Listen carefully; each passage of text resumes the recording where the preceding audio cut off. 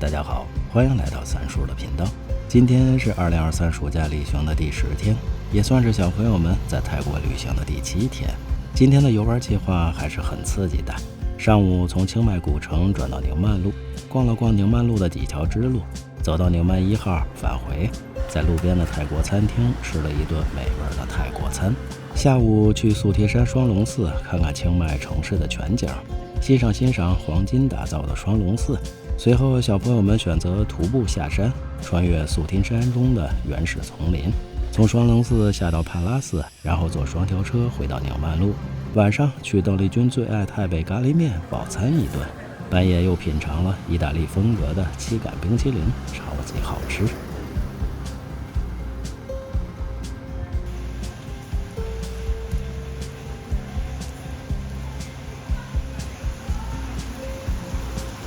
一大早醒来就听到窗外鸽子咕咕的叫声，一会儿飞来一只，溜达溜达又飞走，塔佩门的鸽子都飞到这儿来了。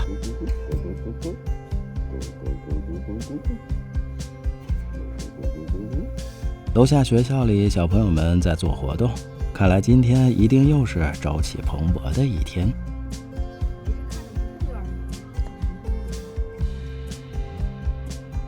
其实小朋友们在曼谷转完朱拉隆功大学之后，就计划着来到清迈，还要转一转清迈大学。当时他们对清迈了解的还不多，只知道清迈古城、宁曼路、清迈大学和素贴山。来清迈在古城东边已经住了2天，基本上把清迈古城转了大半。今天小朋友们说要去传说中的宁曼路看看了。在清迈古城西北边，古城与清迈大学之间有一条宁曼海敏路，简称宁曼路。这里是清迈闻名的时尚汇集区，也是世界各国年轻游客特别喜爱的地方，尤其是日本、韩国和台湾省的游客非常多。宁曼海敏路是一条南北走向清迈主干道公路，北端与怀开路相接，路右边从宁曼1号往南是垂直于宁曼路的单数巷，左边则是双数巷。现在人们常说的宁曼路大致上就是指东边单数巷覆盖的区域，因为大部分的店家都集中在单数巷中，这一片也是宁曼路最迷人的地区。接近中午，宁曼路小巷子里游客并不多，感觉跟清迈古城里一样清静，但走到宁曼海敏路上，顿时显得嘈杂了许多。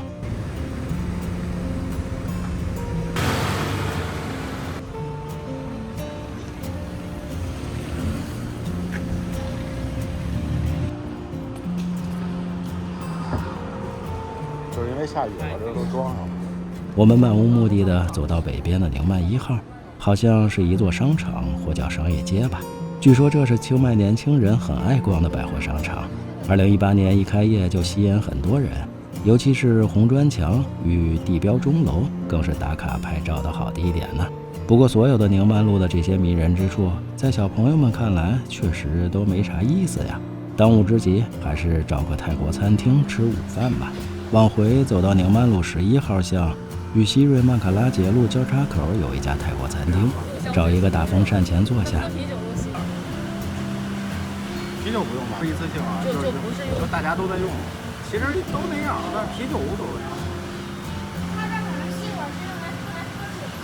是，那你是拿几根吸管？有叉子吗？我有勺。小朋友们看着菜单，随便点了几份米饭、炒粉和面。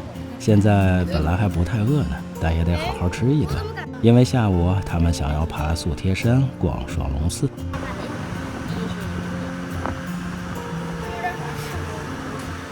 但是只有泡和火鸡腿。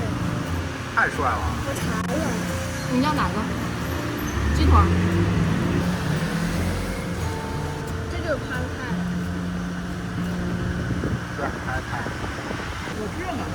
今天清迈又是个大晴天，太阳晒着感觉特别的热，所以呢，吃完饭小朋友们又用 Grab 叫了一辆车，直接去往素贴山双龙寺。素贴山盘山路路况还不错，上山2车道，下山1车道，车速通常都不慢，虽然不是自己开车，也同样感觉很舒服。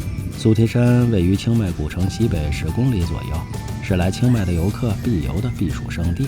另外，素贴山也是泰北著名的佛教圣山。尤其是半山腰的双龙寺，绝对是清迈的地标性建筑，也是世界各国游客必游的景点之一。双龙寺可以说是神圣的中心，也是兰纳的传奇象征。下午2点半，我们到达了双龙寺停车场，路上有很多红色的双条车，路边也有很多卖纪念品和小吃的摊位。登上几级台阶，走进红色的山门，再向前走几步，就是去双龙寺的必经之路龙道。双龙寺周围苍松翠柏，古木参天。双龙寺原名素贴寺或素月寺，因山路两旁有2条气势雄伟的金龙守护，所以中文也将其称为双龙寺。其实爬台阶上去应该并不会多累，不过小朋友们考虑一会儿还想徒步下山，所以呢这台阶就不爬了，直接去坐缆车上到双龙寺吧。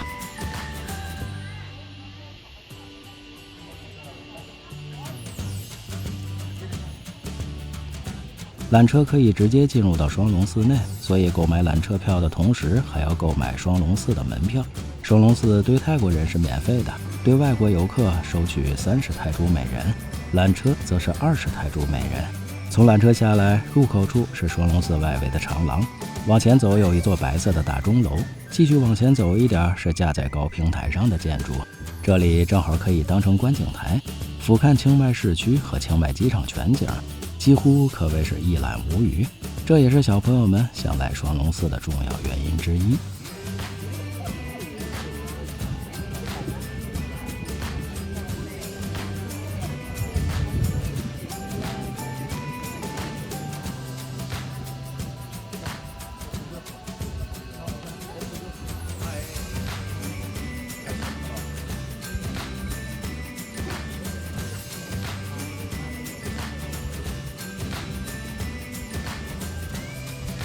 小朋友们直接返回去双龙寺的正门，正对着寺门是一片休息区，有遮阳棚和木沙发。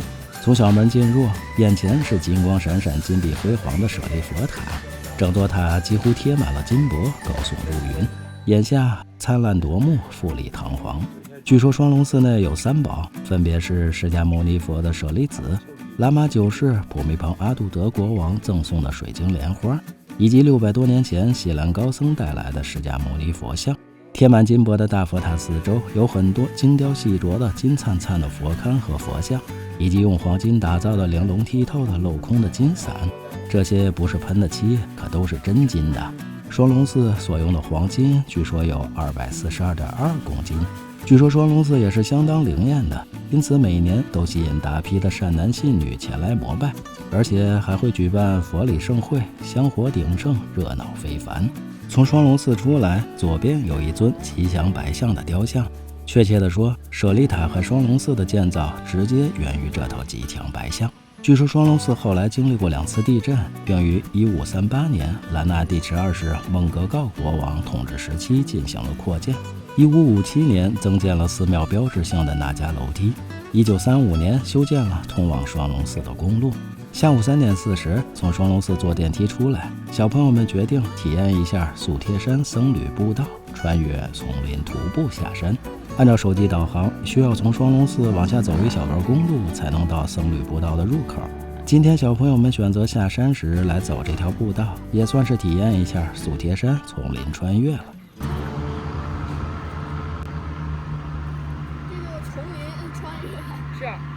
走入丛林，顿时感觉进入到了原始社会。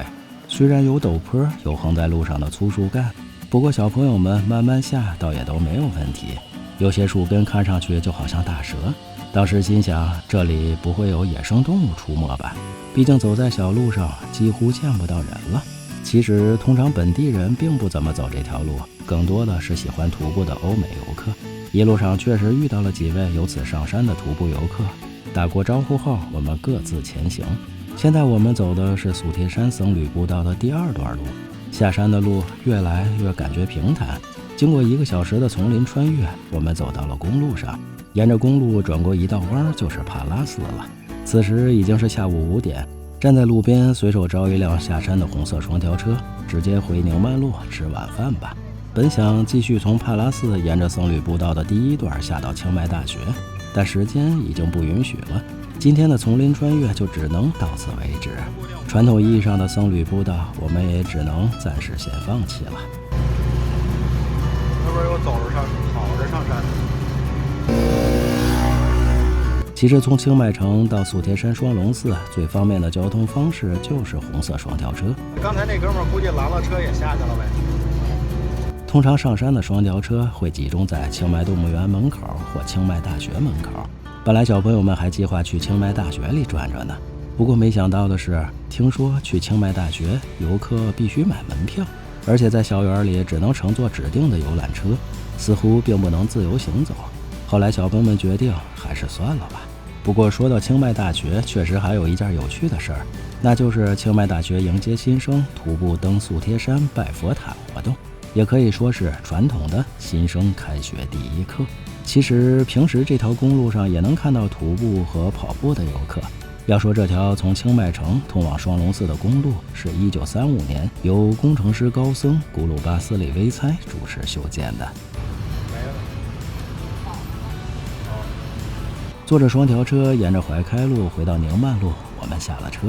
同车的一对欧美样貌的年轻情侣与小朋友们挥手告别。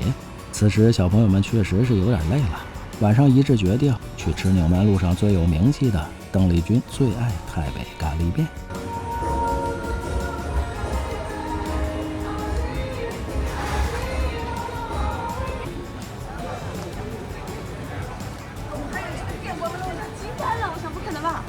来这里吃饭的人绝大多数都是华人。清迈是邓丽君最喜欢的城市，以至于她的那首小城故事也被很多人认为唱的就是清迈小城，所以这家被标注为邓丽君最爱台北咖喱面的小店就特别的网红了。这里的咖喱面基本都是辣的，小朋友们感觉太辣了，幸好又点了几个烤串和小吃，给小朋友们补充一下能量。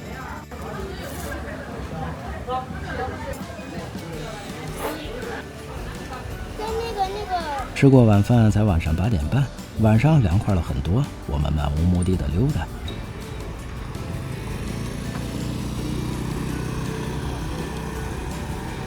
突然发现路边有一家冰淇淋店，小朋友们刚才没吃饱，于是一头扎了进去。这家店也号称是清迈最好吃的意大利冰淇淋。吃完冰淇淋，晚上9点了，晚上也没什么特别的活动，直接溜达回酒店早点睡觉吧。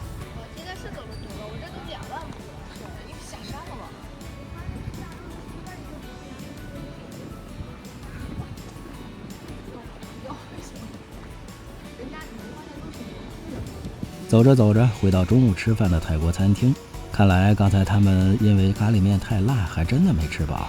虽然吃过意大利冰淇淋，但现在又要进去继续吃饭呢，一直吃到10点多才回酒店。半夜12点出来抽根烟，外面下起了雨，很凉快。